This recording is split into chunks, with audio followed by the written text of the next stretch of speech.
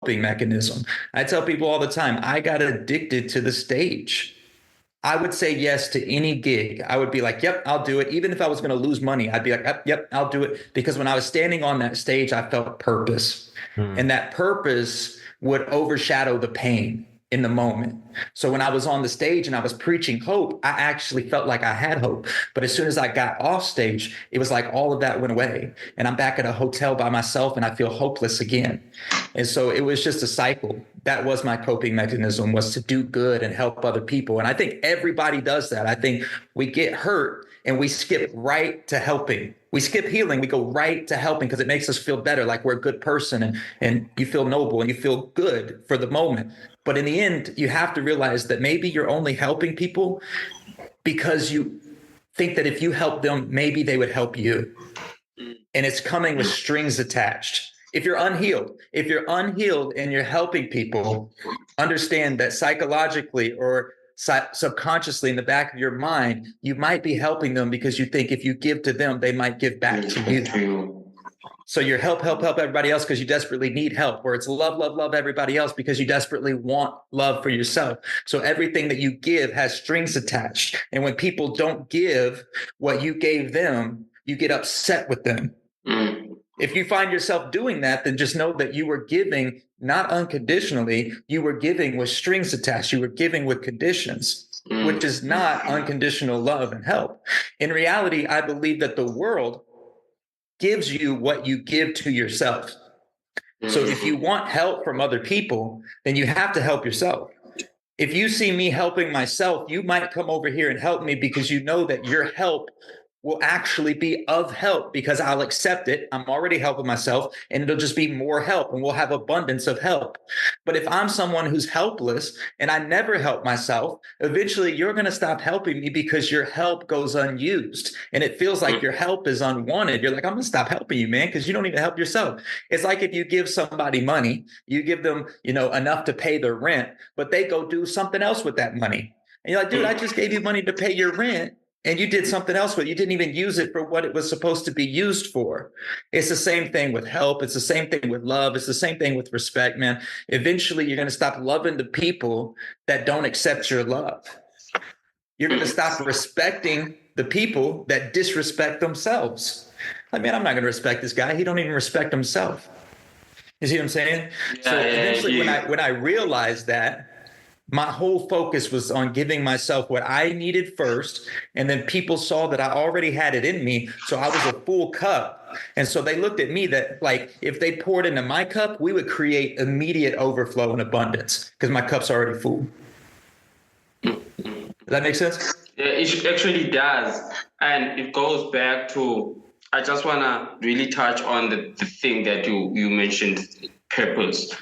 And without having that self-care, without acknowledging that you're going through this thing, certain thing with this childhood trauma or this depression, anxiety, you realize that you won't reach your full potential when it comes to purpose. Because purpose, as much as it's something that drives you, as much as something that keeps on you moving in terms of, now, because of this certain thing that happened upon me, I will try by my best. I will ignore in terms of the pain. I will not express it. I will not acknowledge it. I feel like that's where we, as individuals, we just get it wrong. And I will agree with you also in terms of, as you mentioned, that the coping mechanism was some sort of working in terms of not stopping, working and working and working and working, and having that mentality at your brain. Definitely at some point that you told yourself that I'm doing this for a greater good. I'm doing this for a greater good, not acknowledging that. As much as you might do something for a greater good, but your health comes first, no matter what. As much as you think that this is important, no matter how much it really means to you, but mental work, you can't do 100% on something that while you are suffering from mental well-being, of not taking care of yourself, having the self-care, I would say, routines in terms of those for affirmations, those affirmations or positivity of realizing that. But I believe that when it comes to affirmations, that's where you see yourself in terms of who you are. You try to learn yourself, and it's quite interesting. And you mentioned that you have a program which is the Culture Shift Tour. So how does it encourages students and to initiate and lead positive movement within their schools and communities? Yeah. So I believe that students don't have motivation or they need encouragement because they cannot see their goals. They're clouded by negative emotions that came in through their failures. So as you get older, you fail, bigger failures happen, life happens, negative emotions come in through traumatic experiences. It's all inevitable. It's going to happen to all of us. We lose people we love. We get things and then we lose things. Like that happens. It's natural. But negative emotions start to compile. If we don't express them, we depress them and we suppress these negative emotions. And eventually it becomes depression. I don't know if you've ever heard the saying blind with anger or so sad that you can't see tomorrow. It's because negative emotions stop you from seeing a future version of yourself. So kids lack motivation because you tell them like, hey, you're really good at this. Maybe in 5 years you could go to college for this, or you could get a job for this, or you could, start a YouTube channel or whatever it may be. Things are always changing, but we're telling them to look into the future that they cannot see. So that's why a lot of motivational speakers come to schools and things don't really change. I don't really need to pander to the 1% because they're going to be fine. Those kids that are actually dealing with their emotions and are emotionally intelligent, they're going to be fine. But the 99% that don't know how to handle their emotions, they're clouded with negative emotions. They start turning to things like drug and alcohol because the lack of vision, they can't see a future version of themselves. So they're not even thinking about consequences of tomorrow. They're just thinking about instant gratification of today. And so the program is designed to help them learn the process that detaches negative emotions so that way they can see into their futures and plan it out for themselves instead of adults trying to tell them how to do and what to do, what they need to do.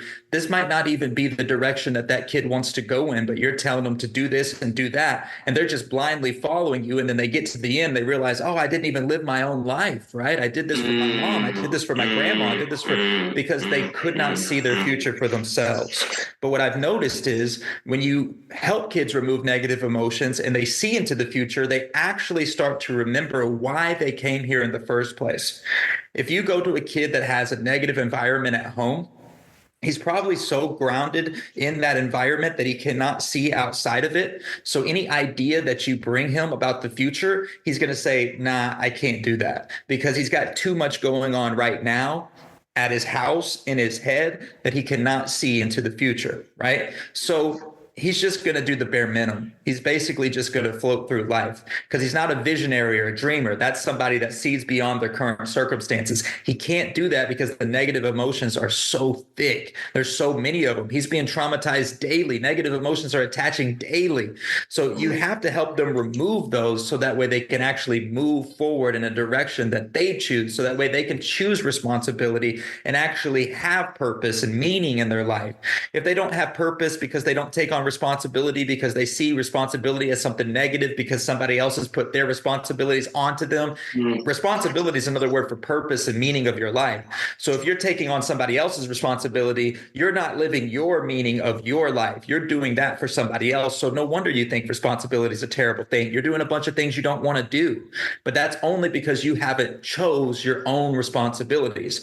And if you delay choosing responsibilities, eventually what happens is responsibilities choose you and you will be stuck for a meaning of your life that you did not choose. So getting these kids to really sit down and remember these traumatic experiences that they've been distracting themselves from. Maybe they're just playing video games all night. Maybe they're taking melatonin gummies to go to sleep when they can't sleep, or they're scrolling on their phone until 3 a.m. in the morning until they finally pass out. But whatever it is, they are not focused on what happened. They're not feeling the negative emotions. They're just letting them live rent free in their bodies. Eventually it turns into illness and sickness and and disease, because stress causes inflammation, and inflammation is the cause of every sickness and disease ever. So eventually these negative emotions take a physical toll on their body, so they feel the way that they're thinking and the way that their environment is, and it becomes a cycle that they're trapped in. So you really have to sit them down and show them what's happening and show them how to detach these negative emotions. Once we get to the forgiveness part of it, most kids, like you said, are like, nope, I'm not going to forgive. This person really hurt me. And I have to explain to them that every single day that you don't forgive and you're holding on to the negative emotions for them, they're continuing to hurt you. To your nervous system, you are still being hurt right now. Your body thinks the traumatic experience is happening right now because you keep remembering it every day. Negative emotions are still attached, so they surface when you think about it. But when you forgive, you don't forgive and forget. You forgive and you get to remember peacefully. You get to remember the traumatic experience without the negative emotions. So now you can think clearly. Now you can find the purpose of why this had to happen. Now you can use your story to help other people not have to feel this pain. That was your original goal in the first place, right? Well, now you actually get to do that because you don't have this tightness in your chest or this lump in your throat, and you're not able to think clearly because you have brain fatigue, right? That's a lot. Those are the side effects of negative emotions on your nervous system. So I meet a lot of people that have a powerful story. A lot of terrible things happen to them, and they're trying to use their story. But every time they open their mouth, they stumble over their words. Every time they open their mouth, they cannot think clear enough to get out what they're trying to say. They have this tightness in their chest. That's because the negative emotions are still attached. So their nervous system starts to freak out, and they start to have a panic attack because remembering the traumatic experience makes the brain think the traumatic experience is happening again because there's still negative emotions. If you remove those through forgiveness, then you can tell the story without feeling the story. Makes sense? It actually does. You kept on referencing to detaching from negative emotions. Definitely, for you, it was quite a journey and something that in a way, before you studied psychology, something that you didn't know. How does one detach themselves from negative emotions? It's the simple answer is through forgiveness. And people are going to say, well, forgiveness, what do you mean by forgiveness? I don't mean to say that you're sorry. Forgiveness is less about saying sorry, and it's more about letting go of all the parts of you that are not true.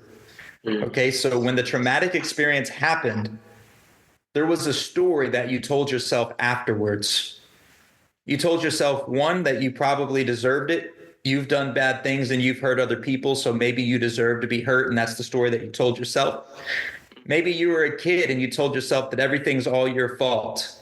Your parents fight because you're not a good kid, or maybe if you weren't there, they would be happy. You took all the blame and just said, it's my fault. And so then you believe the lie that you're not good enough. I'm not good enough. I'm not smart enough. Nobody cares. I'm not worthy, whatever it may be, because you have the negative emotions that are making you believe these things, right? And so forgiveness, a big part of it is forgiving yourself for believing all of those lies. Imagine if there was a little kid, maybe it's your son or your daughter, grow up, you have a kid, and every day you told them, you're not good enough, you're not worthy, you're not smart. Bro, you would have to apologize to that child because you would ruin them, right? Yeah. But you've been telling yourself that for some of us 20, 30 years. In our mind, every day we've been saying, nope, we're not good enough. We're not smart enough. I can't. I'm not worthy. We've been saying that to ourselves. And there's an inner child in you that you need to say sorry to and truly detach negative emotions from. There's an 8-year-old version of you that said that you would never do this or you were going to do that, and you let them down over and over and over again. There's people that 8-year-old them said they were never going to touch a bottle of alcohol, and then they became alcoholics. And they think they could just go on with life without saying sorry to that 8-year-old version of them. If you want to really get rid of the alcoholism, you're going to have to forgive yourself for becoming an alcoholic. That's going to be a big part of it, because you'll have to detach from the negative emotions that stop you from trying to get sober, because every time you get sober, you're overwhelmed with the symptoms of trying to be sober, right? You start to have withdrawals, but also you're overwhelmed with negative emotions that you became an alcoholic in the first place and you let the younger you down. So if you forgive yourself and remove as much negative emotions as you can, you have a better fighting chance to fight the symptoms of withdrawal. You see what I'm saying? It's the same thing when you're trying to forgive somebody else. Forgive yourself first, so that way we can detach all the negative emotions and we can come into that conversation with the person